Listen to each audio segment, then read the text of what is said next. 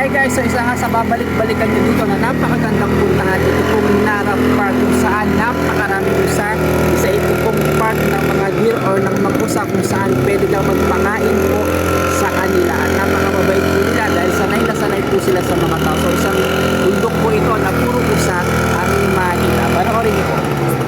So ito na nga mga kapromdi, ang bumungad po sa amin dito pa lang po sa malapit sa entrance ay napakarami po ng mga usa na nakatambay. So pagka ganyan mga nakatambay na po sila, kalimitan yan po yung mga busog na dahil sa sobrang dami po ng mga turista na pumupunta po dito at nagdadala po ng pagkain. Actually hindi dala, binibili lang po yung pagkain dito sa mga gilid-gilid, parang maliit po na biskwit. At yan nga, nakikita po natin yung ibang mga tourist ay nagpapakain po ng mga usa at napakababait na po nila at sanay na po sila sa tao. Talagang na-preserve po nila isang malaking bundok na punong-puno po ng